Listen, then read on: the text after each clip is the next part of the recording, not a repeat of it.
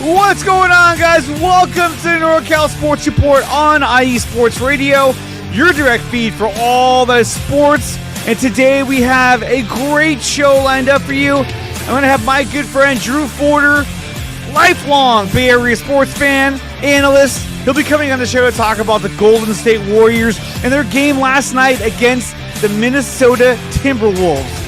The Warriors took on Minnesota in Game 1 and came out on top, but they lost Steph Curry. How long will he be out for? And what does that mean for the Warriors going on in this series? The San Francisco Giants continue to find ways to win and had a big inning last night, which propelled them into the win column. We're going to talk a little bit about that. In hour number 2, I'll be covering the San Francisco 49ers and the latest news and rumblings happening out of Santa Clara and into mini camp, which is just around the corner. Got a great show for you guys. NorCal Sports Report, episode 28 is coming at you right now. Let's do this.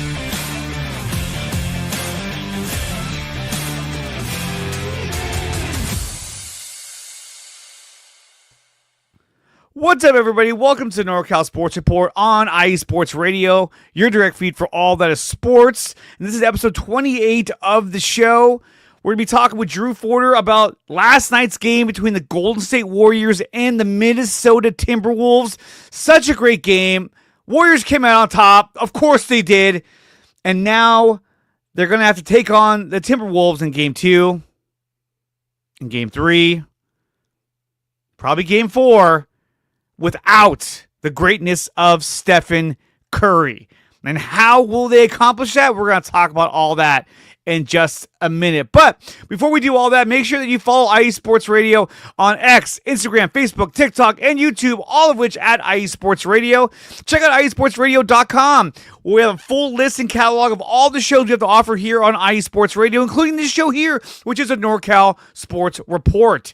Check out IESportsRadio.com/shop to check out the merchandise we have to offer on IESportsRadio.com. And it's a great way to support the channel, the network, the brand of IE Sports Radio.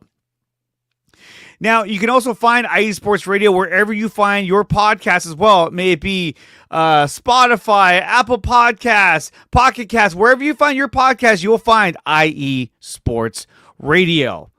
And if you want to follow me, you can follow me at NorCal Sports IE. That is the IE Sports Radio X account. And you can follow me at my personal account, which is Dre Area Sports, over on X, Instagram, and of course, subscribe to my channel, Dre Area Sports, over on YouTube. We are simulcasting this stream on Dre Area Sports and on IE Sports Radio. So make sure that you like, share, and subscribe to both channels, which is Dre Area Sports and IE Sports Radio.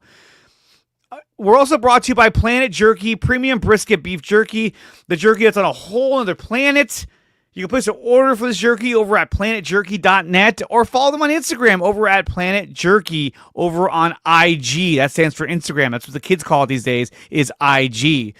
IE Sports Radio is proudly partnered with Vital Apparel. Use promo code IESR to get 15% off their comfortable and inspiring gym wear and help Vital Apparel on their ongoing journey to help promote mental health research. It's a real thing, guys. Definitely check out Vital Apparel and use that promo code IESR to get 15% off their comfortable and inspiring gym wear.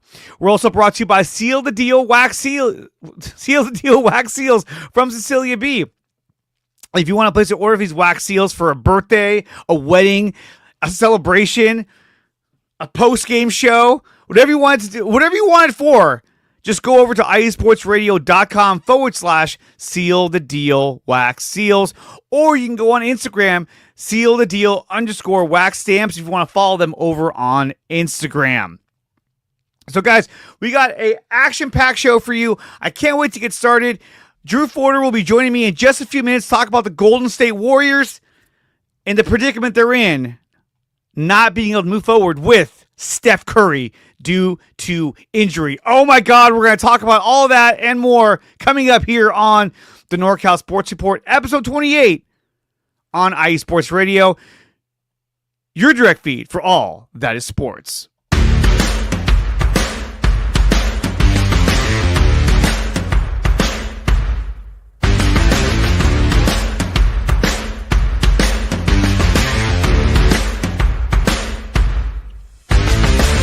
IE Sports Radio fans, this show is brought to you by Planet Jerky Premium Brisket Beef Jerky.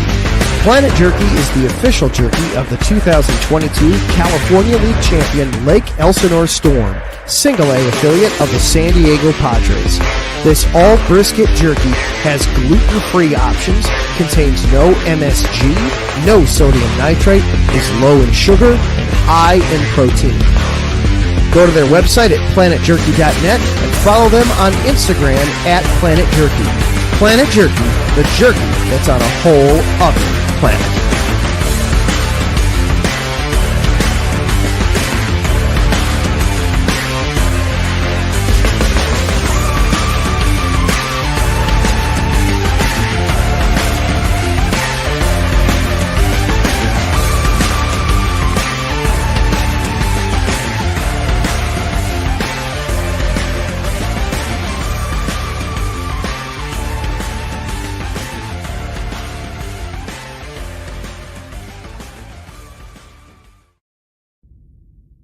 Rise and shine.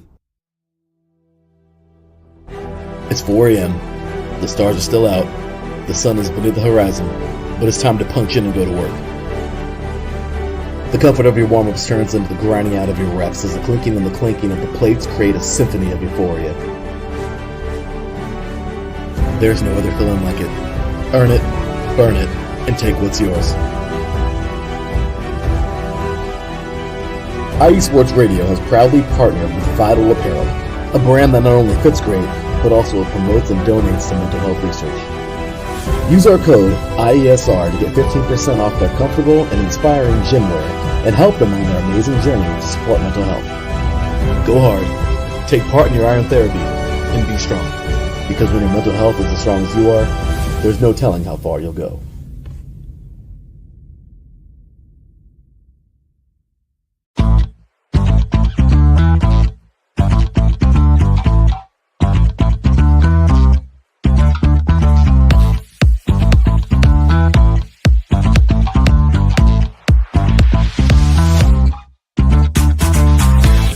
Hey there, IE Sports Radio fans. Be sure to check out our sponsor, Seal the Deal Wax Seals by Cecilia B.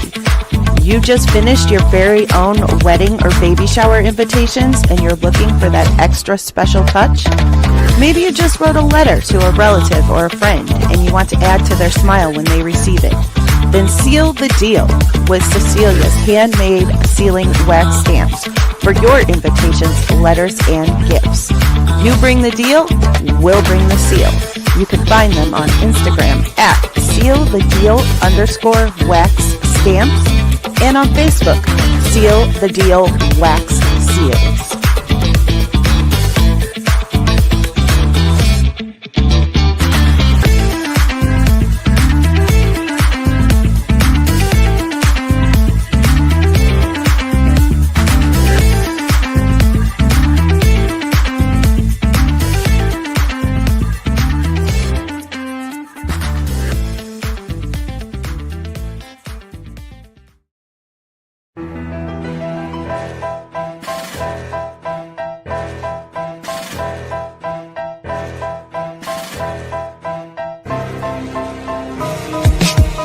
For the last 10 years, IE Sports Radio has been bringing you amazing content ranging from interviewing legendary athletes, coaches, and other authorized media personnel to building tailor-made shows dedicated to all major sports cities around the country.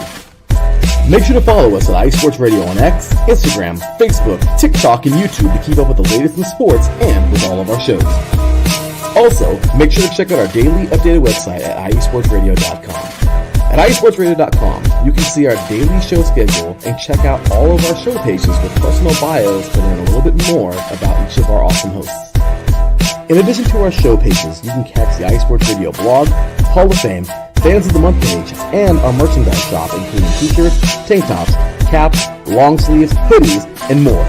For now over a decade here at IE Sports Radio, we've continued to be by the fans, for the fans, and we thank you all for your support and for making IE Sports Radio your direct feed for all that is sports.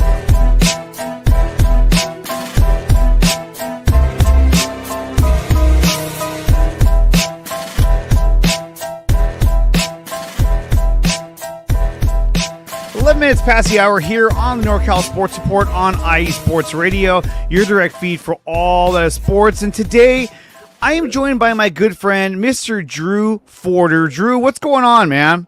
Oh, man, what a series already. I mean, but first of all, before we start, man, I got to ask you, what is a wax seal? I need to know. What is a wax seal? A wax seal is what you put on the outside of an envelope to seal it. Okay.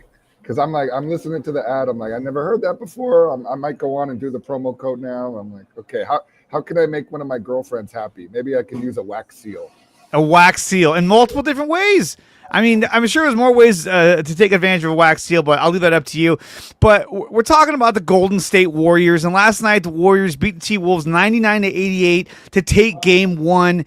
Buddy Hield. I mean, this guy, 24 points. He had 5 threes that he hit, and the guy wasn't hitting anything. He was 0 for 8 in the first quarter. And he only had 2 points off of 2 free throws. And then he comes alive in the second quarter and the fourth quarter. I thought he played a great game.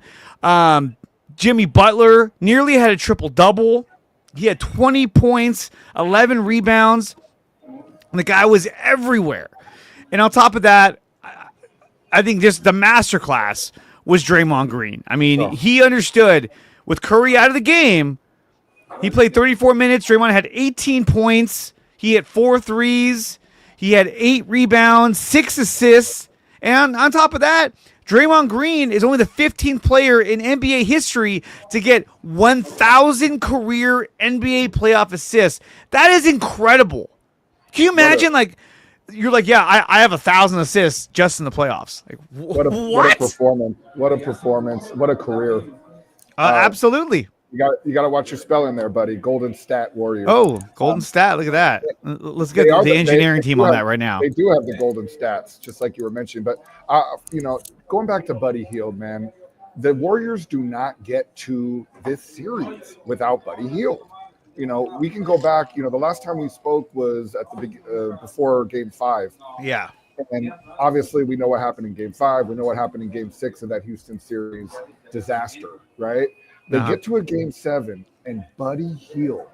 I mean, the Buddy Hield game. The guy has a first half of a lifetime, 22 points. He hits that half-court shot at the end of the first quarter, and he set the tone in Game 7. Steph did not have a great game in Game 7. I know he was great in the fourth quarter, but, and I know he facilitated. But Buddy Hield, man. And then let's talk about Buddy Hield, his defense, what he has been doing. And I know that in the post game, him and Jimmy, they talk about, Jimmy makes fun of him, and he talks about his defense. Buddy Hield, man, he has been stepping up on both sides of the floor. He, had a great game, 24 points yesterday. Again, it's incredible what he's doing. And every time they need a big shot. Yesterday, it got close in the fourth quarter because, no Curry. The T-Wolves started to find their rhythm a little bit.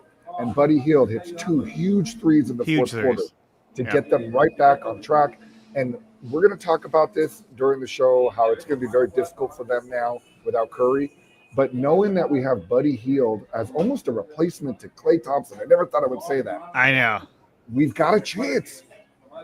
They have a chance. And without Stephen Curry, okay, so that's probably what we should be talking about first. So let me pull this up so everyone who doesn't know is now tuned into what we're talking about.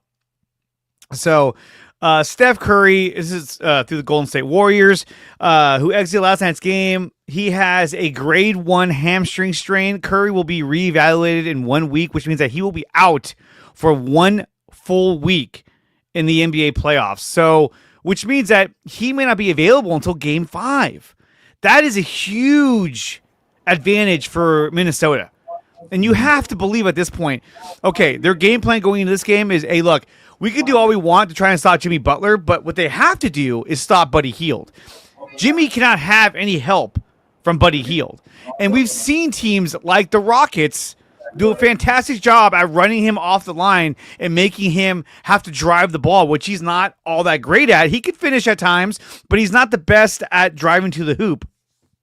So going into Game 2, I see them putting a guy like Dante DiVincenzo all over him and just kind of just sticking to him like glue so that he can't get those wide open threes that's going to make them that's going to hurt the Timberwolves. Drew, how do you see them making an adjustment now that Steph Curry is not going to be on the court? Well, Dre, you make some great points there, and honestly, I go back to Steve Kerr because I always bring everything back to Steve Kerr. I know Steve Kerr gets a bad reputation sometimes in the Bay Area. I know, you listen to talk shows and people they're asking for Steve Kerr to be fired, and I just think it's no. You don't fire him. You don't fire Kyle Shanahan. You don't fire Steve Kerr. These are winning coaches. I mean, I was mad when the Giants let Bruce Bochy go, I know. And that was because of that idiot Farhan. But because Bruce Bochy didn't want to do this anymore. But then he's in Texas and he wins a World Series. And look what happened. We hired that stupid pretty boy, and we had one winning season in 5 years, and now we're finally getting back on track. But anyways, that's the next segment. I go back to Steve Kerr because I've been watching this team all year. I've been on a few road trips with the team. Yeah. Steve Kerr has prepared Brandon Pajemski and Pat Spencer. I never thought I would say this, dude. He has prepared Brandon Pajemski, especially getting him in the starting lineup, and Pat Spencer as guys that can come in. And I'm going to make a proclamation on the show today that I know may get some, may make some headlines. I think they're a better defensive team without Curry on the floor. I really do. Are. They absolutely are. I think they are, and I think. I'm just gonna have his face up there. I fucking love Pat Spencer. I swear to God. Pat Spencer, dude, like that guy, he plays with a fire. Like, look what he did in Game 5 of the first round. He freaking headbutted Alperen Şengün. I mean, like how many people in the Bay Area wanted to headbutt that motherfucker? Like Pat Spencer did it. Like he stood up to that team. And then he comes in, and yesterday he brings energy. I know not a lot of scoring, but he kept the team together in the second half. He really helps with those extra minutes so that they can take the ball out of Butler's hands, out of Hield's hands, so he can support, bringing the ball up the floor. Draymond also. So I think the fact that we got Pajemski, we got Pat Spencer, and then we've got guys like GP2, we've got obviously Buddy Hield, and we've got other guys like Kuminga, who played some minutes yesterday, some meaningful minutes. These guys are seasoned now. They've had opportunities to play. And this is not the first time that Steph Curry has missed time in the playoffs. You and I both know. You go back to 2022. He was hurt at the beginning of that playoff run. When they went into that Denver series, he missed the first few games. If you go back all the way to 2016, which is a long time ago, but that was the 73-win season, Steph Curry, he gets hurt in the first round against the Houston Rockets. People forget this. He missed 4 games. He doesn't come back until even 5 games. He didn't come back until like Game 4 of the Portland series. Remember the game where they went to overtime and he was like, I'm back. This is not the first time. It's not uncharted territory for Steph Curry. It's not uncharted territory for Steve Kerr. So I think that they are equipped, and all they have to do, in my mind, is win 1 out of the next 3 games. Yeah. If they win 1 out of the next 3 games, if it's probably not going to be tomorrow. I mean, you and I both know it's going to be tough tomorrow. Game 2. Anthony Edwards is going to come out with fury after his coach called him out. His coach called him out. I couldn't believe he did that. I was like, bro, you called out your star player? Chris Finch basically said that Anthony Edwards did not come out with the necessary effort and energy for them to win the game. And then if you watch the post game, Anthony Edwards was sitting there with Naz Reid and Julius Randle, and he actually laughed it out. He laughed. And that actually makes me feel even more hopeful about this series because you would never ever see Jordan, LeBron, even Steph, anybody laughing after a loss like that. This dude was up there laughing like, shit. He's overconfident. Sometimes we miss shots. Well, no, you were nervous out there, bro. Like he was nervous. He was nervous, smoking layups. Well, and plus he was surrounded by greatness. He was surrounded by experienced veteran players like Draymond Green, like Jimmy Butler, like Stephen Curry, and I feel like that sort of got to him a little bit because he's like, I'm on the court with guys who are proven. Not only superstars, but NBA champions. I mean, obviously Jimmy Butler hasn't won an NBA Finals, but he's been that guy for the Miami Heat for a number of years. And I think that with the audience, the crowd reacting to every time Jimmy touched the ball, it just created an uncomfortable atmosphere for a guy like Anthony Edwards, who comes across as like, hey, I don't give a shit who you are. I'm going to do what I'm going to do. But he couldn't even hit layups. And some people would say, oh, well, I think it was the 6 days being off that sort of made them rusty. And that could be the case, but in basketball, it's a little bit different. In basketball, the more rest, the better. In football, your timing could be off because you have timing with the quarterback and the receivers and the tight ends and your offensive line, defensive line. And in baseball, the more rest you have in baseball, the more you're just standing around like, oh, what are we doing here? Baseball is all about momentum. But in basketball, it feels like if you get more rest, that's even better because then all your ailments, you give them more time for your knees, your hamstrings, your muscles to kind of recuperate. Now, I think that there was a bit of pressure against Minnesota, and I think that they were kind of faltering to the pressure. I think that guys like Naz Reid, who usually haunt the Warriors, he was having a tough time early on. He hurt himself. He came back. Some people were like, oh, he hurt his hamstring. The guy flew into a chair and hit it right on the back of his leg. So, yeah, he had to leave because he was like, oh, my God. It's like the worst kind of Charlie horse there is. But when you look at what the Warriors did, defensively, the Warriors clamped down on the Wolves the entire game. It wasn't as if the Warriors played good defense for different spurts of the game. No, they were playing good defense the entire game. They were intercepting passes, batting down passes, blocking shots. Draymond Green ended the game with 2 blocks. Jimmy Butler had 2 blocks, and Buddy Hield had a block. The other interesting thing is this. When you look at the starting 5 for Golden State, right? I include Steph Curry because he was in there for at least almost 13 minutes.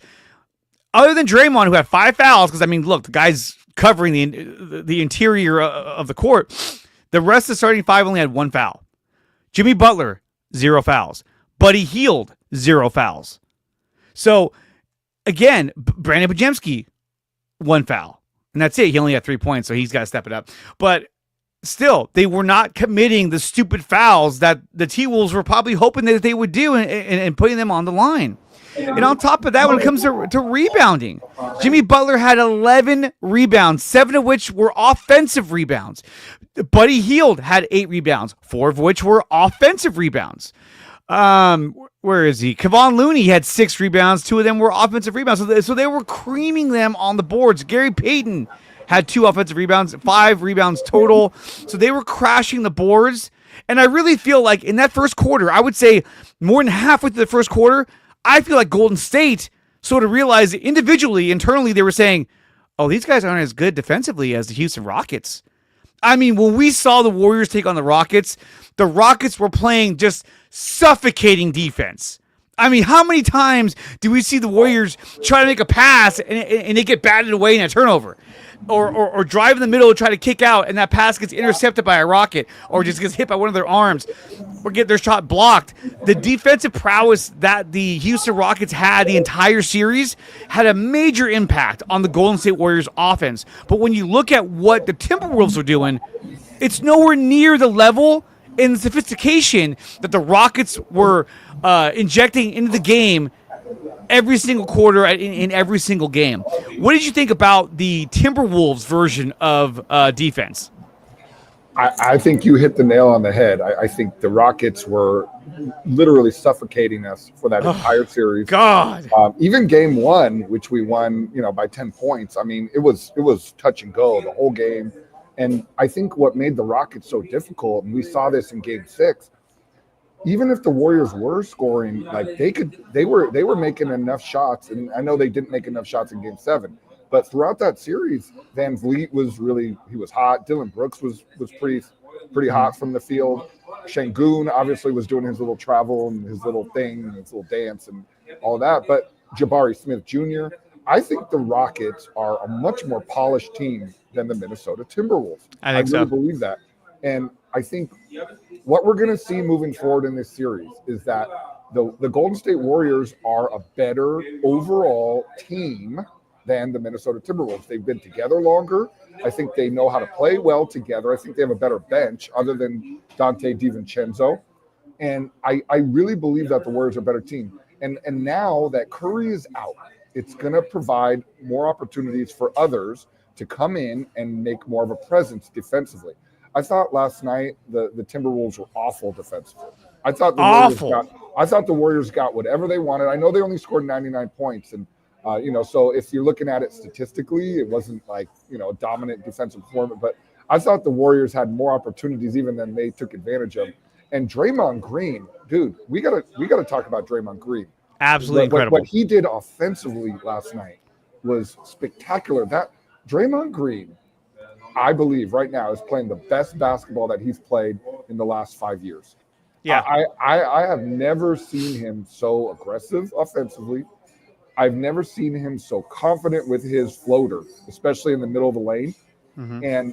And what he did in Game 7 defensively, and what he's doing to Rudy Gobert in this series. I mean, the Warriors have a real chance to be up 3-1 in this series. And I think at worst case scenario, we're going to be tied 2-2 going into Game 5. I really believe that. Well, and if you're Minnesota, you have to be telling yourself, we cannot be tied 2-2 by Game 5. We have to be up 3-1.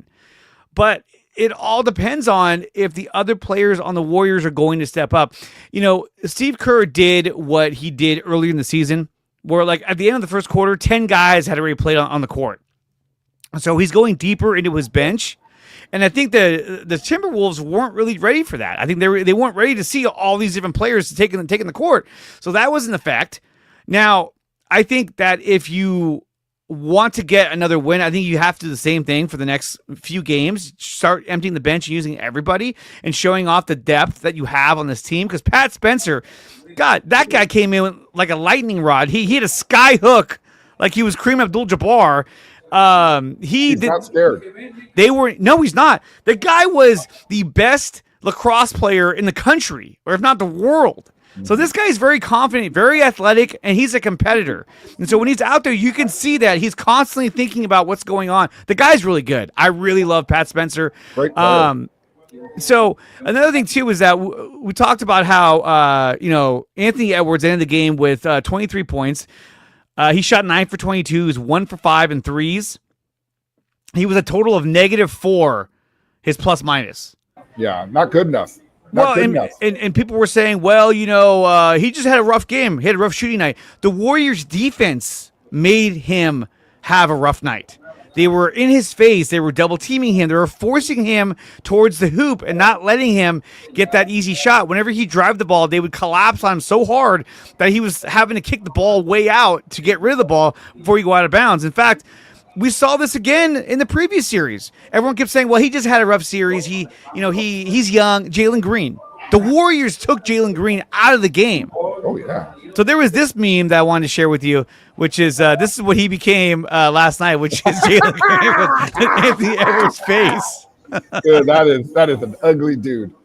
Hey, bro, listen, I want to. That's funny. I want to say something else that I think shouldn't go unnoticed. I really believe that the Lakers were overrated. I really do, and I think. Oh, absolutely. Like honestly, the Lakers. Here's the other one too. This was Anthony Edwards last night. He turned into Bronny James. Come on, man. I'm trying to make a point here. All right, go ahead. Okay, so the Los Angeles Lakers were, to me, a horrible basketball team. Oh yeah. I mean, I know they were the 3 seed, but they had no cohesiveness whatsoever, especially after that Luka trade. Like defensively, they sucked. Like they were not very good. Like they had a few guys that could D up, like Dorian Finney-Smith, but Luka Doncic, the Marshmallow Man, I call him. Like that guy can't defend. That guy couldn't defend. A 6th grader, and I think the Lakers were extremely overrated. So what the Timberwolves did to the Lakers, to me, was not that impressive. Like I was not that impressed. And then Game 5, the Timberwolves were awful. If you go back and watch that game against the Lakers, they were like 3 for 27 or something from 3-point range. So like seriously, bro, I'm just saying the Lakers were underrated. The Lakers were totally overrated. So overrated for me. When the Timberwolves are now they're playing the Warriors, they were not ready. They were not ready for our physicality, for the way that we are cohesive when it comes to defense, to the way we move the ball. I mean, you go back and watch the first quarter. Go back and watch the first quarter.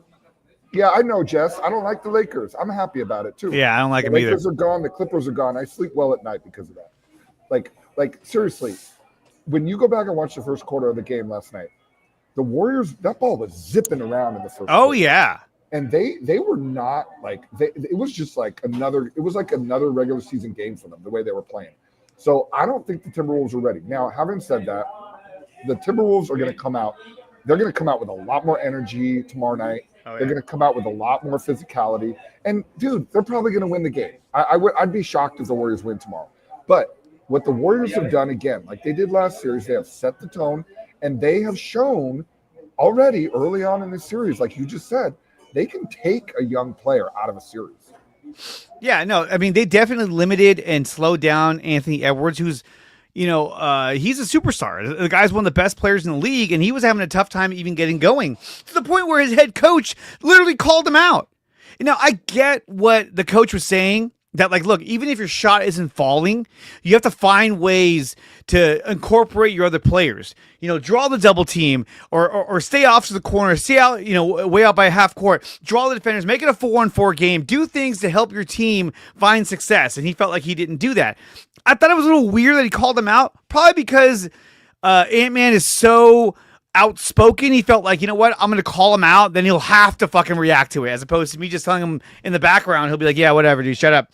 So I think the Warriors defense played a big part of that. Another thing I wanted to say was that I thought, though he only played 13 minutes, I thought Jonathan Kuminga did an amazing job with his on-ball defense against Anthony Edwards. Because when you look at what Kerr can do, right? Yeah. Kerr has the option of throwing Moses Moody, Gary Payton, Jonathan Kuminga, and Jimmy Butler on Anthony Edwards. And that's a problem because they have lockdown defenders that can help, that can play one-on-one with Anthony Edwards and make and just give him a hard time. Now, you can only hold him back for so long. After a while, he's going to find cracks and seams and be able to score, which he ended up scoring 23 points.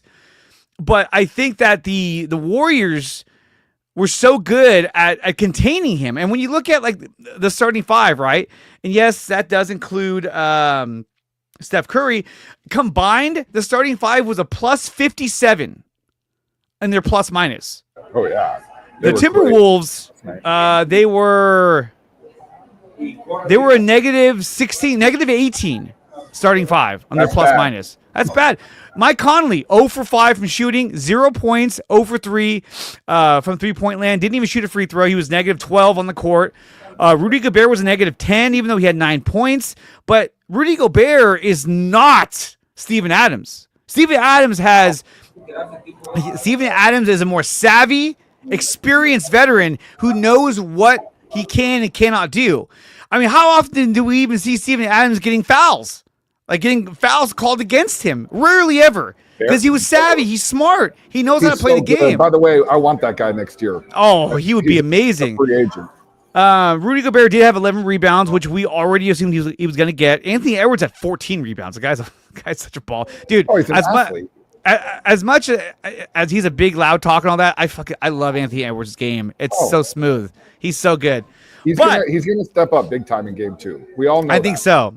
The one guy that I'm the most worried about, it's not Julius Randle, it's not Jaden McDaniels, it's Naz Reid. If there's any player that is the Mark Portugal of the Golden State Warriors, the giant killer, or like the Hairston brothers. Remember Jerry Hairston and the other Hairston? They used to always murder the Giants. Naz Reid is a Warriors from the Clippers, man. He's killing. He's another one, but Naz Reid always kills the Warriors. He had 19 points. He was 3 of 7 from three-point land, 8 of 14 shooting. His offense is going to be a problem in this series. I actually think that Naz Reid is going to be their version of Steven Adams, not in the rebounds and defense, but just as a scorer. He's going to be that guy where we're like, God, we have no answer for that guy. And he's huge, too. That guy's a big guy. DiVincenzo, he had a bad game. He shot 3 of 11.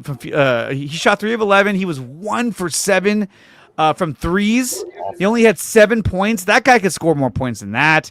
Not a huge score, but better than that, I think. And the other crazy thing was this. You have your starting five, and the Timberwolves only played 4 guys off the bench. So they're playing 9 players. They're not as deep as we are. The Warriors played 7 guys off the bench. Mm-hmm. We're 12 players deep. Even Guy Santos got some minutes last night. Guy Santos, he played almost 4 minutes, but still, like his hustle, his play, he was in the mix in everything they did. Moses Moody, I don't know what's going on with him. He can't find his shot. He was hot coming into the playoffs, and lately he's been kind of trailing off. That's been hurting them because they were really going to rely on him to be that extra punch that they needed. But I think that Jonathan Kuminga, he made some really good plays. Draymond had that drive where he kicked it back across the middle to Kuminga, who dunked the ball. And then Jimmy Butler had a drive off to the left side where he kicked it back out to Kuminga, and Kuminga hit a massive 3 in the corner. Huge shot. And so I also noticed, too, that Draymond especially was talking to him on the court, coaching him, telling him what to do, telling him where to be at, because he understands that, hey, look, if we're going to win these games, we're going to need this guy.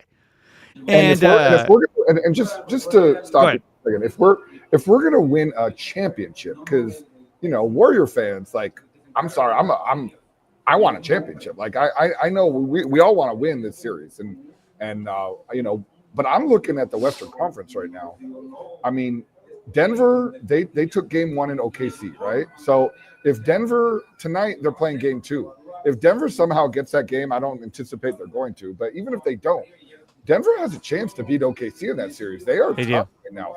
Well, the Warriors have shown in the past, we've had our struggles against Denver recently, but we've beat Denver in the playoffs before also. So, like, the more I look at this, and it's like, you know how Marty Lurie on KMBR, he always talks about the mosaic of baseball. Yeah. He talks about like the big picture. Well, the big picture is that the Warriors, it's starting to actually come into fruition that we may not have to even play OKC. like, can you imagine that? And like, so for me, I just feel like we have the depth. You talk about Moses Moody's not even really doing much. Well, Jonathan Kuminga, everybody was talking about Jonathan Kuminga. He didn't play in the first round, and he's a restricted free agent. Jonathan Kuminga has displayed maturity. He has been nothing but a great teammate. He, like you said yesterday, Draymond's talking to him, Jimmy's talking to him. The bottom line is he doesn't fit that well when we have Jimmy on the floor. Okay, everybody knows that. But he can come in, like you said, he can spell us some minutes, and he can you can put him on Anthony Edwards. And think about, as we move forward, you could put him on a guy like Jamal Murray.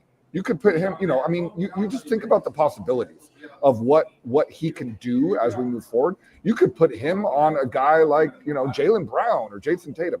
I mean, it really opens up possibilities for how he can be used moving forward.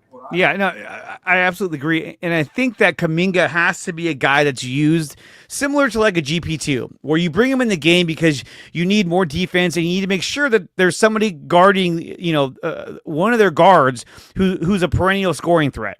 Right. So now when you look at guys like Anthony Edwards, who's more or less like a small forward based on his size, now you got a guy like Kuminga that can match him height and weight defensively. And that's a problem. I'm sorry. Anyone who plays basketball, if you're playing against a guy who's smaller than you, and I'm not a tall guy, I'm 5'7", but if I go against somebody who's smaller than me, you immediately feel the advantage. It's without a doubt. I've played against guys where I was like, dude, I can shoot over this guy. So you drive in, you stop, you just pull up, shoot, and the guy's not going to be able to stop you. You're like, I'm bigger than he is. But when you have to go against bigger defenders, it's very difficult to not only shoot over them, pass over them, but then you have to drive past them and hope that the defense doesn't collapse on you and close off your passing lane. So the Warriors defense played a huge part in this win. Obviously Braxton Key and Kevin Knox, those guys are never going to play unless it's a blowout. Trace Jackson Davis, God bless him. He's fallen out of the rotation, but I think he's still a really good player. But dude, Quentin Post, he played 6 minutes. He was a plus 14 on the court. Amazing. That's amazing. They've got tremendous depth. It almost makes me think of strength in numbers again. Like it does. They've got these guys, and nobody pouts. I mean, I know people were saying Kuminga was pouting. I don't think he was. And so everybody is pulling on the same rope.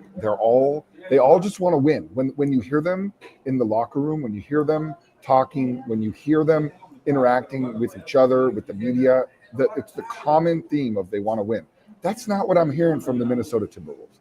I'm not hearing that. From the Minnesota Timberwolves, I'm seeing, a guy like Anthony Edwards, who he's still very young and immature. I'm seeing, Julius Randle, who's kind of was like shrugging it off last night. Like, they didn't give the Warriors any credit last night at all. They gave them zero credit. Like the media was trying to kind of inch them to say something good about the Warriors, and they're just like, no, like, we didn't play well. We didn't play well. Well, 88 points, dude. Like, that defense is doing something on the other end. It is, and look, they did shoot terribly. But a lot of those shots were contested shots that they weren't able to hit because of the defense that was there. There were some wide open shots that they're going to get, and that happens in every game. And they weren't able to hit those because the defense was so high on all the other shots that when you're wide open, you're like, oh shit, get it up quick. Ask Steph Curry. He had wide open shots and against Houston, and he missed because he was being hurried and rushed and pressured. It just affects your whole timing. Now, when you look at the offensive rebounds, right, you would think, okay, well, again, Minnesota, they should be able to dominate offensive rebounds, right? The Warriors had 18 offensive rebounds to the Minnesota's 12. The Warriors had 51 total rebounds to Minnesota's 41. So they were out rebounding the Minnesota Timberwolves. A team that's bigger, right? They're bigger, but they're kind of not. I don't know. They're a weird team. You got absolutely nothing out of Mike Conley. I know he'll have games. Last night, didn't he?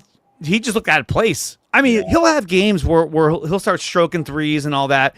But this is another team, the Minnesota Timberwolves, that lives and dies by the three. If they're not hitting threes, it's good night.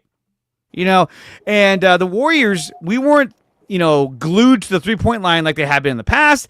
I felt like, the Warriors were driving to the hole. They were scoring in the perimeter. Last night, Golden State was 18 of 42, shooting 43% from 3-point land. While the Timberwolves were 5 of 29, only shot 17% from 3-point land. Now, is that going to happen again? I probably not. But it was a game they had to get. And now that they've won this game, it puts the Warriors in a much better position that the Timberwolves were not expecting.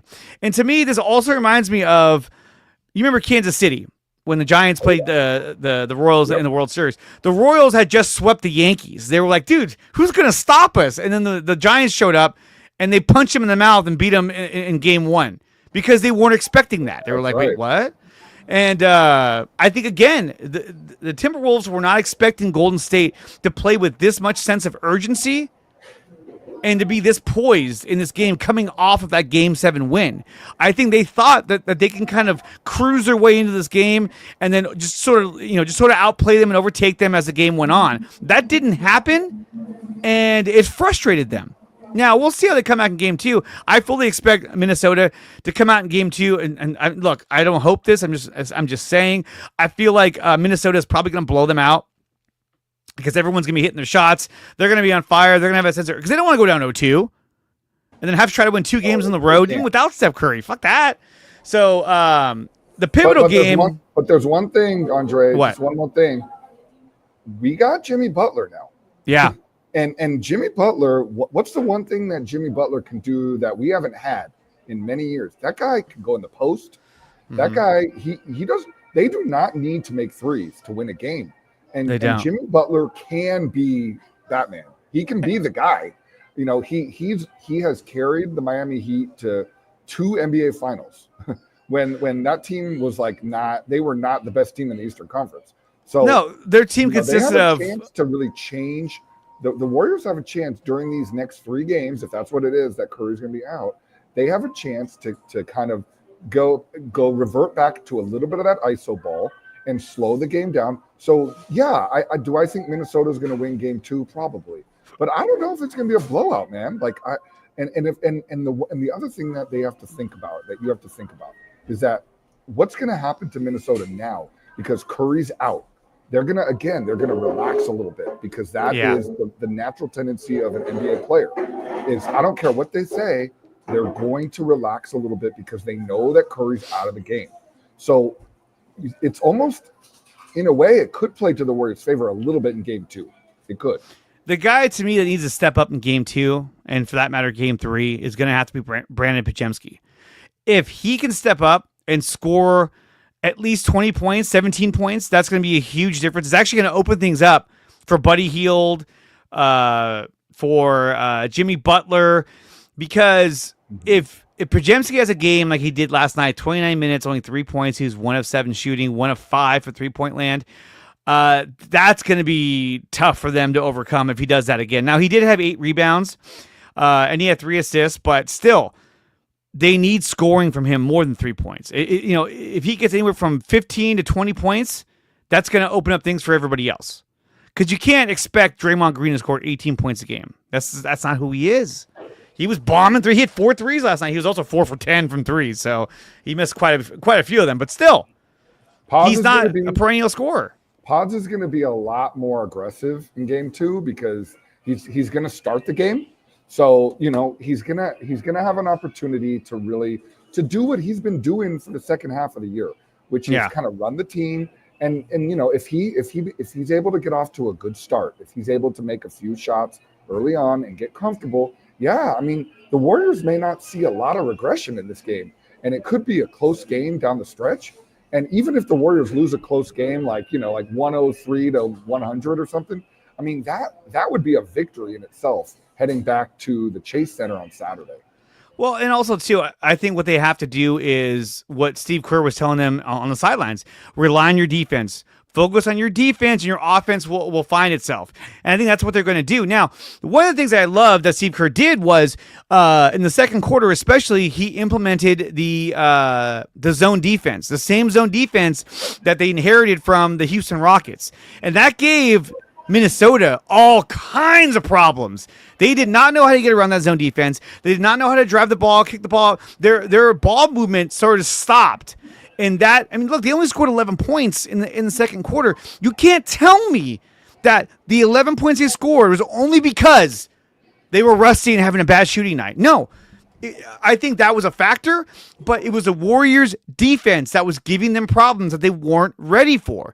And again, they just came off a series against the Los Angeles Lakers, and they were feeling like, dude, we just beat LeBron James and Luka Doncic. Who's going to stop us? Steph Curry and Jimmy Butler? And they did, without Steph Curry. So, if this series ends up being 2-2 or 3-1 Golden State, it's not going to be good. Now, the Timberwolves are not the Houston Rockets. They're not as physical. They're not as tough defensively. They don't have the long arms and the ability to disrupt passing lanes and the steals that they were getting every single game. There were times where just a regular pass to the wing would get knocked away or knocked away, then turn to a turnover. Like, fuck! They were just all over them. I don't see that from this team. Ime Udoka had them locked in. And so far, look, like I said, it's a bad game for Minnesota, but I didn't see any of that. Even when they went on their run, when they got it down to, I believe it was like 7 or 6, you just felt like it wasn't going to last. And here's the thing is that when you take out Anthony Edwards as a primary scoring threat, where do you go? You don't have another option. You have Naz Reid who can hit the 3. You have Julius Randle, who's got a weird game. But he was 10 out of 10 from the line, so that helped him out. He had 18 points, and 10 of those points were from the free throw line. Julius Randle's a good player. He's a good player. But you're right. They do not have the same kinds of options that the Houston Rockets presented. I don't think the Houston Rockets are done when it comes to their kind of journey. Dude, Amen Thompson. Oh, my God. If that guy learns how to shoot threes, it's over. What a series. That one move where he went behind.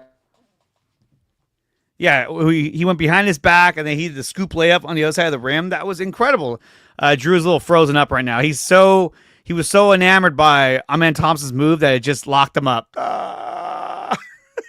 So as Drew recalibrates, we're going to keep going. But yeah, no, this is not the same team as the Houston Rockets. I think the Warriors have a definite advantage because of the fact that they played the Rockets in the previous round. You go from the Rockets to the Wolves, it's a huge difference in terms of their defensive prowess and their intensity. So I think the Warriors definitely still have an advantage. If we had Steph Curry last night, I think we win by almost 20. I do too. I think that the Timberwolves they're not out of the woods yet in this game too. No, like they could we could potentially, Andre, like be coming back home 2-0, and like we could be underdogs in game 3. Oh, we will be without Steph Curry. Like that is a possibility, and I just think it's really interesting. But man, am I happy that Steve Kerr, just going back to my first point, that Steve Kerr has prepared our bench for this moment. And then think about how lucky, and we wouldn't be here without him, but how lucky we are to have Jimmy Butler. It's just, absolutely. Without Jimmy Butler, we wouldn't even be here. No, dude. I mean, Jimmy Butler, we wouldn't have even made it out of the play-in. No, they would have been eliminated. So I'm excited. If you were going to ask me my prediction on this series, I said Warriors in 6 to start. I think it's going to be Warriors in 6. I think if we had Steph Curry, there's a chance that it could be Warriors in 5, but I would say Warriors in 6. Losing Steph Curry is going to be a major blow. I have to see. To me, it's not just game 2. It's how do they perform in game 3 without him. That's going to dictate how big of a game 4 is going to be and how much they're going to be like, hey, Steph, how you feeling? You know what I mean? Like, hey, are you sure you can't come back? Because, how they play in game 3 is going to dictate a lot. You know, if they can't, they have to split, at the very least, they have to split the games in Minnesota and in San Francisco. You got to get one of those 4 games, or 2 of those 4 games. And so far they got 1. You can't fall down 3-1 to Minnesota. If you do, I think it's over. If they're able to at least be split 2-2 going into game 5, that's when they have the conversation with Rick Celebrini and the staff if they're going to play Curry in game 5, which is next Wednesday, Andre, a week from today. Okay. So that's May 14th. But think about it this way. If they are up 3-1, right, going into game 5, you don't have to play Steph Curry. And then if you look at the calendar, they're not playing again until the following Sunday, the 18th. Okay, because they do get 3 days off between game 5 and game 6. This series has kind of a quirky schedule. It's all every other day until after game 5. So my preference would be go up 3-1, which means all they got to do is win 2 out of the next 3. Hey, that's not impossible. You know, if they can win the home games, which they've showed they can do even without Curry, you know, and they won a game. And remember, they won a game without Jimmy Butler in the first round, right? They won. Yeah, they beat Houston without Jimmy Butler. At home without Jimmy Butler. So if they can be up 3-1 going into game 5 on the 14th next Wednesday, I don't play Steph Curry in that game. And then they probably get blown out in game 5 in Minnesota. And then you have a chance to close out on a Sunday in San Francisco when Steph has more rest. But we don't know anything right now. We're all speculating. What we do know right now is that it's a grade 1 hamstring strain and that he's going to miss at least a week. So he is not going to play. If anybody that thinks he's going to play in game 3 or 4, he's not going to play in game 3 or game 4. He's not going to play again until earliest next Wednesday. Yeah. I mean, he's going to play if you're down 3-1. Then it's like, okay, can you play? He's going to play if we're down 3-1, and he'll probably play if we're 2-2. I think so. I think the best case scenario coming out of these next 3 games is that the Warriors are 2-2 with the Wolves. Best case scenario, obviously, it's 3-1, but I think the more logical scenario is that we're 2-2 because all you have to do is win 1 out of the next 3 games. And I think they can do that, but it's going to take contributions from guys like Brandon Bajemski, Moses Moody, those guys. More pressure is going to be put on them to score because they got to find that third outlet of scoring. I mean, you have Butler, you have Green who can contribute. Buddy Hield, but like I said, it would not surprise me if in game 2 the plan is press Buddy Hield, force him off the line, and make him drive the ball and make him have to pass. Because we've seen him with his handles, he'll lose control of his dribble, he'll throw an errant pass. Like that's not really his game. He's a pure spot shooter, and so they're going to try and get him off his game immediately. And if they do that, it's going to become Jimmy Butler. Save us. And he's extremely good, but when he has to do it the whole game, I'm sorry, that's going to be hard to do. Game 3 is going to be a pivotal game in this series because if we come back home and we still can't figure it out, then a lot of question marks are going to be thrown up there. But going into Game 2, I think the Warriors can get this win, but I think Minnesota is going to win this game in Game 2, and we go back to San Francisco tied 1-1. And that's my prediction for the next 2 games. I'm predicting a close game tomorrow night. I do think the Warriors are going to hang in there. And I think they'll have a chance. I think Minnesota will probably prevail in this game. They're 10.5-point favorites, 10.5-point favorites, or in Vegas, which is that's a lot. So, but they were 6.5-point favorites going into Game 1, and the Warriors won, by 11 points. So, anything's possible with this team. Well, and if you look at what the Warriors did too, a lot of those games against Houston, they were shutting down Steph Curry and his ability to score. And what did he do? He became a distributor, and I think you can kind of get that kind of ability out of a guy like a Pat Spencer, who can distribute the ball and keep things moving. He's really good at keeping the pace of the game and keeping and attacking the hoop. Which he does a really good job at. But we'll see how they do moving into Game 2, which will be tomorrow over in Minnesota. I don't know what time it's at. Probably the same time. 5:30. It's an hour 5:30. Yeah. I like that because it's early. Because I work early in the morning, so I'm like, oh, cool. Yeah. It's an early game. Yeah, it's great. I think it's going to be a very interesting game. But I do think the Warriors are going to hang in there. So for those of you that think that it's just going to be a blowout, I don't think so. Taryn writes, hamstring injuries are so tricky. Game 5 is next Wednesday, so that might be the locked-in Steph Curry. I absolutely think so. And hopefully it's a 2-2 series, not a 3-1 series. Hopefully it's a 3-1 Warriors series. That'd be great. Hey, I heard somebody talking about a sweep today on the morning. No, that's no. Well, you never know. You never know. But still, I think they're too good to get swept. Adam Karnick writes, if the Warriors get through and win a title, does Steph Curry retire? No. Hell no, dude. No way.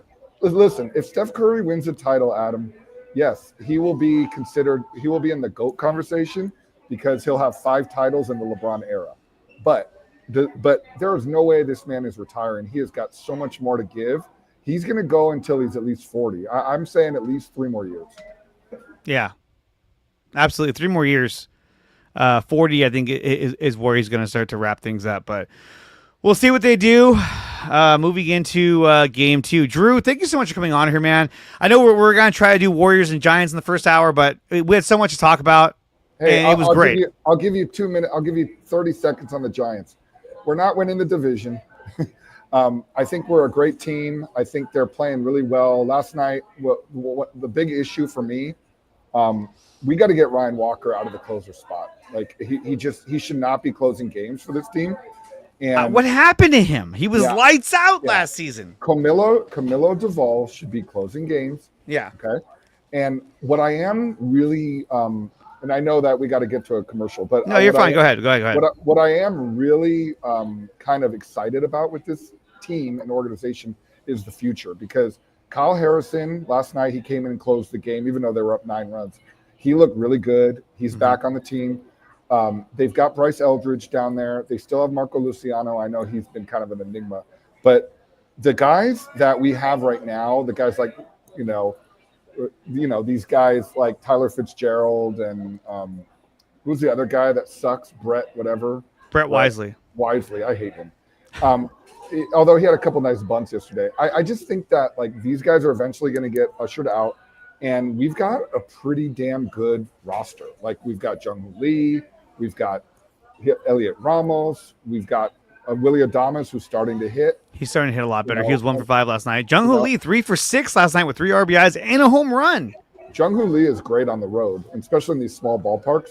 So I like what I see. I like the bullpen, other than Ryan Walker's going through some stuff right now.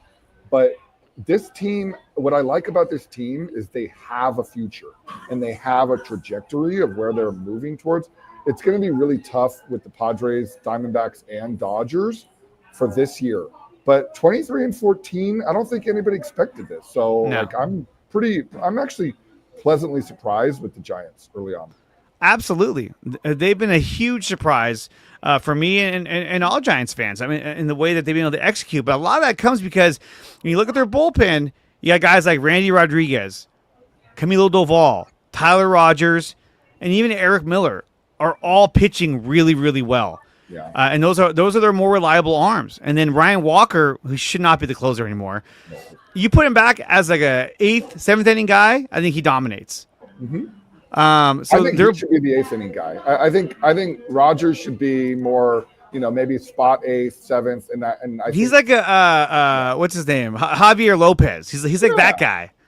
I don't think he should be your primary setup man, and I do think Camilo Doval needs to be, and I think they're going to be given the reins back. There's another guy down in AAA that people should be, thinking about. His name's Carson Wisenhunt. Yeah, and he's a left-handed. He reminds me. He looks like Madison Bumgarner down there. And so if Landon Roop doesn't pan out, if Robbie Ray goes on the injured, has to go on IL, which could happen. If Justin Verlander has to end up going on IL, we've got a guy down in AAA that we can go to. If Lamont Wade doesn't start hitting, like I know he's starting to come out of it a little bit, but we've got Bryce Eldridge down there. So we have opportunities, and we could also make some trades, I think, if we needed to. Okay, we got about 30 seconds. Let me ask you, if there's one need the Giants need right now, do you think it's a leadoff hitter, or do you think it's an outfielder, or do you think it's a first baseman? First base. Yeah, I think we need a first baseman. I mean, I think we could use a power-hitting outfielder also. I think our pitching staff is good right now. I like what our pitching staff looks like. I think we're fine with our leadoff hitter, whether it be Yastrzemski, Jung Lee, or Ramos. But I think we're going to see Bryce Eldridge before the end of the year. I think we have to, unless they acquire somebody. I don't think Lamont Wade is the answer. I mean, I would even love to see Wilmer Flores get some starts at first base, and then I would love to see a DH Marco Luciano later on in the year. I would give him a shot just to get the bat. And what happened to what's his name? Encarnacion. He got hurt in spring training. Yeah, he vanished. Encarnacion broke his hand that's right. in spring training. But again, I know we're wrapping up here. I think this team, they're up 1-0 right now. Go Giants! Go Giants! They have a chance to get to 10 games over 500. Robbie Ray's on the mound, looking good. I think they have a chance to do some damage this weekend in Minnesota. Minnesota's been awful. And then they come back and they have some more home games. They play the A's. This is going to be a fun season for the Giants. I think I don't want to see is them fade down the stretch. We've seen that the last few years. Yeah, but this team is young, and I don't think they will. And Willie Adames is coming around, and I think he's gonna start to have a much more productive year. Matt Chapman, I think, has been playing great all year. He was 3 for 5 last night with 2 RBIs. He scored 2 runs. And then Jung Ho Lee, man, the guy has been a revelation. And you're right, he does play better on the road. 안녕하세요. For those of you that know, I speak Korean. Yeah, Go Jung Ho Lee. Go Jung Ho Lee. Go Jung Ho Lee. Drew, thank you so much for coming on here, man. We got to do it again real soon, dude. Yeah, let's get together after these next few games and see where we're at. Absolutely, guys. You're listening to NorCal Sports Report on IE Sports Radio, your direct feed for all that is sports.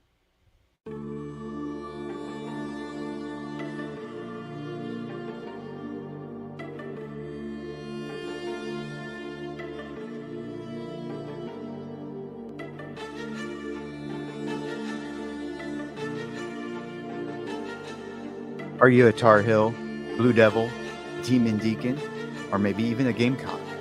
Do you cheer for the Panthers, the Canes, the Crown? And check out the Carolina Sports Update every week with me, Neil Curtis, to get the latest and greatest on all the sports action in the Carolinas. We'll be talking pro sports, ACC and SEC football, basketball, baseball, and everything in between. We'll even talk a little Formula One racing now and again. So, for the best hour of Carolina sports coverage, catch me each week on Carolina Sports Updates with Neil Curtis, right here on IE Sports Radio, your direct feed for all that is sports.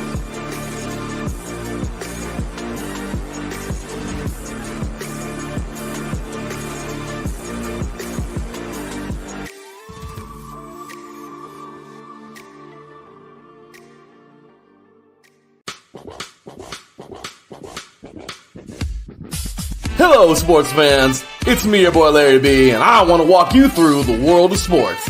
No, not just the mainstream major TV deal type sports, although those are important too. But let me be your guide through your journey of all sports, from college to the pros, the minors, and everything in between. Each week, we are talking sports galore with true diehards just like you from a hardcore fan's perspective that's sure to quench your thirst around leagues you may know all too well and some you may even discover here. That's right, sports fans. If you love sports of all kinds, enjoy hearing amazing sports stories, and respect all sports because you know how difficult any of them can be to play or compete in, then this is your show. Join me, your boy Larry B, on the defining moment each week here on IE Sports Radio, your direct feed for all that is sports, and let the sports come to you.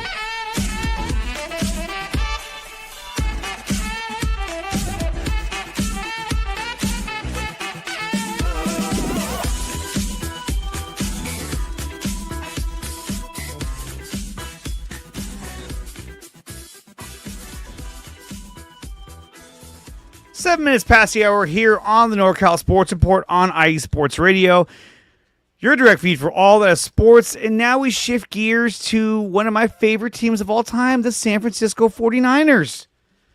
The Niners just got through with their draft. And I know I had Sterling Bennett on last week. We broke down their full draft. I still believe that there are players that the Niners took a little too early or at the wrong time. You know, Marquise Siegel, I don't understand that pick. I would never have done that. I think the second half of their draft was not as good as the first half of their draft. I feel like they started reaching for players that they had these attractions to, as opposed to saying, what's the best player available on the board? And when you're late in the draft, I think that's what you got to do, is that you got to focus on what are the best players available on the board that are still there. And I think that's what they failed to do. Yeah, this week on Days of Our Niners. Absolutely, man, absolutely. But one of the things I want to talk about was this post here. This is from my account over at Dre Area Sports. Like, share, and subscribe. Before the 49ers and George Kittle agreed on his lucrative extension, a team, this is the quote from Diana Rossini, I'm told that a team offered a second-round pick for the six-time Pro Bowler. San Francisco turned it down. Now, what about this do I think about? So, I think this is a fair trade to get a second-round pick for a guy like George Kittle, who's arguably the best tight end in the league. He is over 30, so he does have some age limitations, if you will. But the guy is a complete monster. And I don't think it's a guy that you give up on, because George Kittle was a major part of our offense. And not only that, but there were some people out there that thought that George Kittle was on the downturn of his career, which I don't know how on earth he thought that. But once Brock Purdy became your number one quarterback, we saw how important George Kittle was. He goes to him constantly.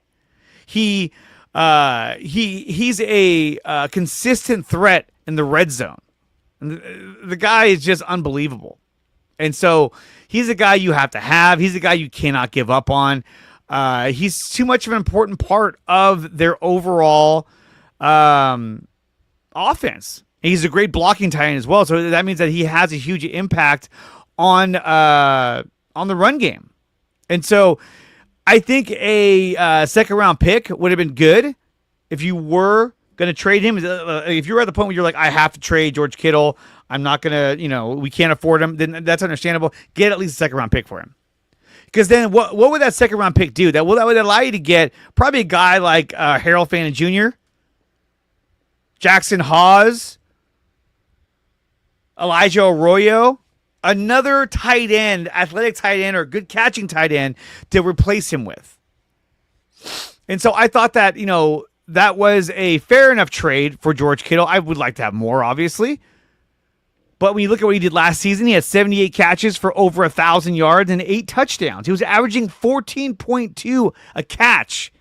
He was averaging over a first down a catch. That's incredible. The guy's a phenom.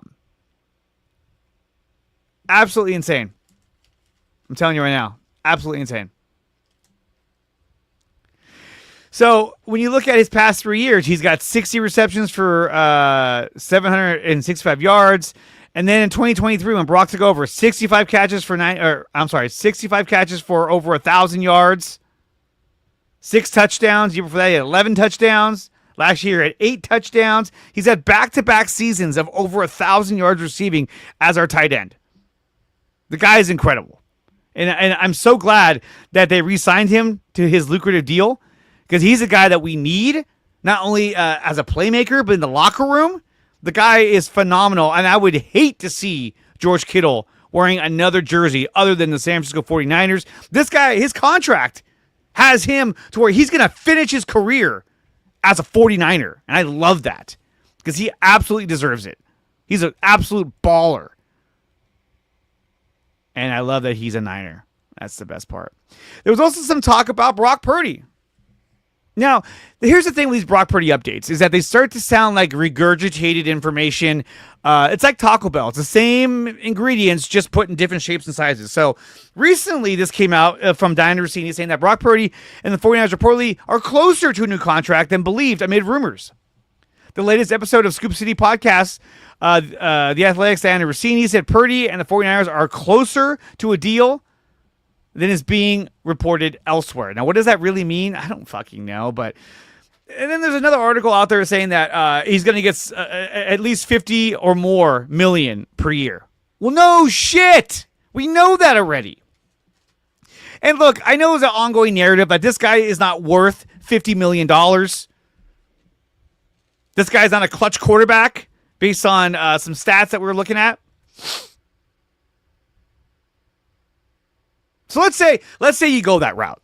Let's say you go that route and you say, I'm not going to pay him $50 million. I'm not going to pay him $45 million. I will only pay him $35 to $40 million a season. And let's say Brock Purdy says, okay, well, you know what? After my 5th year, trade me, or I want to go. And let's say, as an organization, you say, okay, let's move on from Brock Purdy. What are you going to do? You going to go to Mac Jones? You going to go with Tanner Mordecai? You going to go and try to sign an Aaron Rodgers? You going to try to draft Shedeur Sanders or trade for him? No. This guy, Brock Purdy, has proven that he can win on the 49ers. He's proven that he can put up big numbers as a Niners quarterback. He's proven that he can run Kyle Shanahan's system. But everyone says, well, last year he wasn't that good. Last year he only threw for just under 4,000 yards and 20 touchdowns, but he had 12 picks. And he had a QBR of 67.9. And he was not one of the top-rated quarterbacks in the league. When the previous year, he threw for over 4,000 yards, had 31 touchdowns, 11 picks, which is, he had 12 the following year, so same number of picks. And he had a quarterback rating of 73.4. Guys, we're talking about a quarterback that didn't have Christian McCaffrey, who was probably the most important part of their offense if you're the 49ers. You're talking about a guy who didn't have his number one receiver that he relied on day in and day out. Not around. Hurt. Well, not hurt, but just out of shape. And then what happened? Then he got hurt. And then it was like, oh, great, now what? You know, the limitations that he had to use guys like Juwan Jennings, who was a number 3 receiver in the previous season. He had Deebo Samuel, who was dealing with all kinds of injuries, including a rib injury that likely slowed him down. And we saw that Deebo wasn't exactly as explosive as he once was in previous seasons. George Kittle still had a great year. We know that. But not having his number 1 receiver in Brandon Ayuk, not having his dynamic running back in Christian McCaffrey, that hurt his numbers. He still threw 20 touchdowns, and he threw 12 picks. He threw 11 the previous year, so he threw one more. Oh, my God. He averaged 8.5 yards a throw, while last season or the season before he averaged 9.6 a throw. All of his numbers were down, but at the same time, all of his weapons were all challenged with injuries. So the narrative that this guy is not worth it, I think is ridiculous. Because the guy has shown you that he's outplaying what everyone perceived he'd be able to do. Absolutely. He's a mobile quarterback. Not a pure mobile, but I mean, he can move the pocket. He could run, and we saw that he was able to do that. His scrambling ability is better than a lot of quarterbacks. This guy was Mr. Irrelevant, and for some reason, that tag continues to follow him around. Even though he's proven that he was much better than being Mr. Irrelevant, he's one of the better quarterbacks in the league. I would argue he's one of the top quarterbacks in the league. Now, yes, you have your Joe Burrows, Lamar Jacksons, all those guys. Okay, no one's going to top those guys. Those guys are safe. Those guys haven't won a championship. And half those guys haven't even been to the Super Bowl. So, look, at least Brock, he's taken us to the Super Bowl. He took us to a NFC title game twice. I think we beat the Eagles the first time if he hadn't gotten hurt. But that's just me. But Brock Purdy is a baller. He's a smart, instinctive quarterback. And I think he's going to be the quarterback that's going to be with us for at least the next 4 years. Let's say you sign him to a 4-year extension. So you got him this year and then 4 more years. It's the same timeline as George Kittle. And I said this in one of my previous videos, is I think that George Kittle's contract is sort of tied to the length in which Brock Purdy has to prove himself. Okay, we're going to give you 4 more years to prove that you are our number 1 quarterback and that you can lead this team to success. Hopefully a Super Bowl. And if you can't get that done in those 4 years in the duration of his next contract, then they will move off of him. If he has mediocre years, then they move off of him. But you can't say that this guy isn't better than Jimmy Garoppolo. And Jimmy Garoppolo led us to a Super Bowl. Didn't win. We know that. And he led us to multiple NFC title games. But everyone was so quick to say, get rid of Jimmy and give me somebody else. Well, you got Brock Purdy. Yes, the Trey Lance thing didn't work out. We know all about that. We know all about Trey Lance's deficiencies, and we hope that Trey Lance can recover his career elsewhere. I don't think he's going to come back here ever again. But this is your guy. Brock Purdy is the guy that they're going to stick with. He's proven that he can run the Kyle Shanahan system. He's proven that he can win on the 49ers team. And I think that this is the guy we're going to see for the next 4 years. And people are going to criticize him and run him through the ringer, as they should. When you're getting paid that much money, it's expected. But this is your quarterback. This is the guy that the Niners are going to stick with. And he's given them no indication or any reason to say, you know what? Let's not go with Brock Purdy. Let's try and get Arch Manning, which they're not going to be able to because they won't be that bad. They have one of the easiest schedules in the entire NFL. They have a rebuilt defensive line that has Nick Bosa, Alfred Collins, CJ West, and Michael Williams, which are only going to look to add more depth. And speaking of the defensive line, there was this post from Drake Jackson. Remember that guy? Drake Jackson said, boomerang to all the haters. I got God on my side. See y'all sucker soon.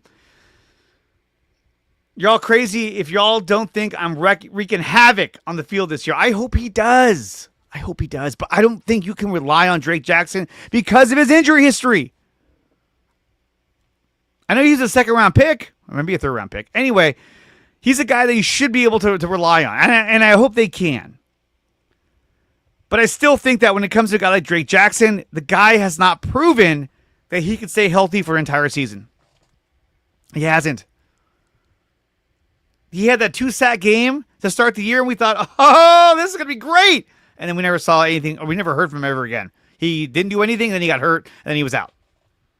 So I hope he can bounce back. I hope he could be a factor on the defensive line on the edge, but he has to prove that he can do it. And that's going to be challenging because I think the Niners are going to look to bring in one more veteran piece off the edge. Then there's talk about the Niners possibly trying to make a trade to acquire Jadeveon Clowney, which I think that'd be great to add more depth to the edge rushing position.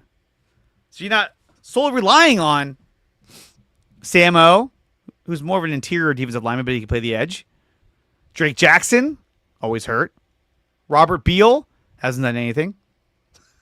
So you got to have a little more depth there. And that's why I kind of thought, yes, you have your Gross Matos, who I think is going to have a much better season this year than he did last year. And that's why I also thought they were going to keep Leonard Floyd, because I think they wanted more depth there, but they said they chose money over Floyd. And they were going to pay him a lot of money anyway, so that's fine. So we'll see what happens with Drake Jackson. I hope he bounces back this coming season and that he has a big offseason and in preseason as well. I'd love to see Drake Jackson kind of rebound from his career, from his injuries, and have a good season in 2025 because they really, really need that real bad. So let's move on to our next topic, which is Malik Mustafa. So Matt Mayoko believes that Malik Mustafa, the ACL injury, will start the season on the PUP list and that Jason Pinnock will be the starting safety in his place. That's more likely the case. And that's the thing, too, is that, if you would have drafted a guy, let's say they traded back in the first round, they drafted like Nick Emanwari, he would have been your starter.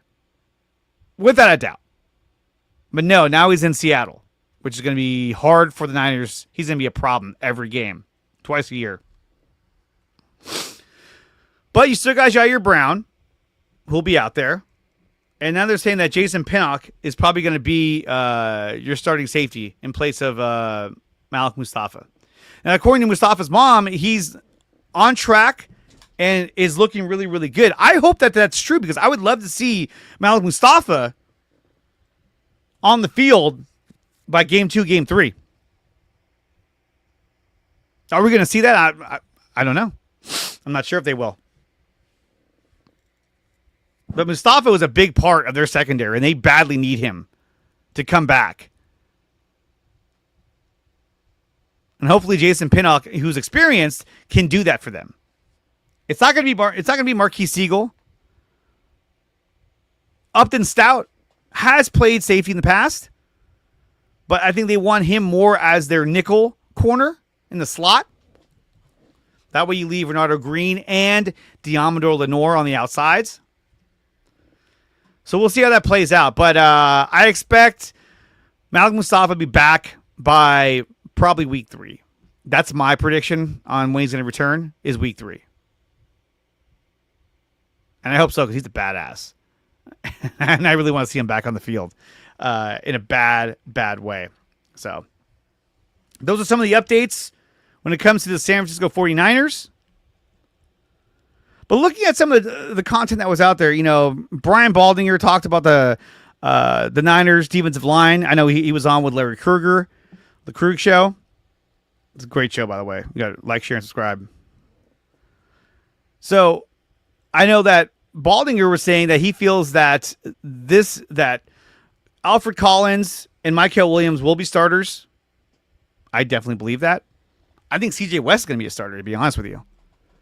And that leaves guys like Jordan Elliott, Yatir Gross-Mato, Samo, and whoever else they can stash away as rotational pieces for that defensive line. I think teams are going to have a hard time running against Niners with Collins and West in the middle. Those guys are run-stopping threats, and I love it. Because that was the one thing that kept killing the Niners last season was they could not stop the run. Late in games, when they're trying to get back into games, they couldn't because they could not stop the run.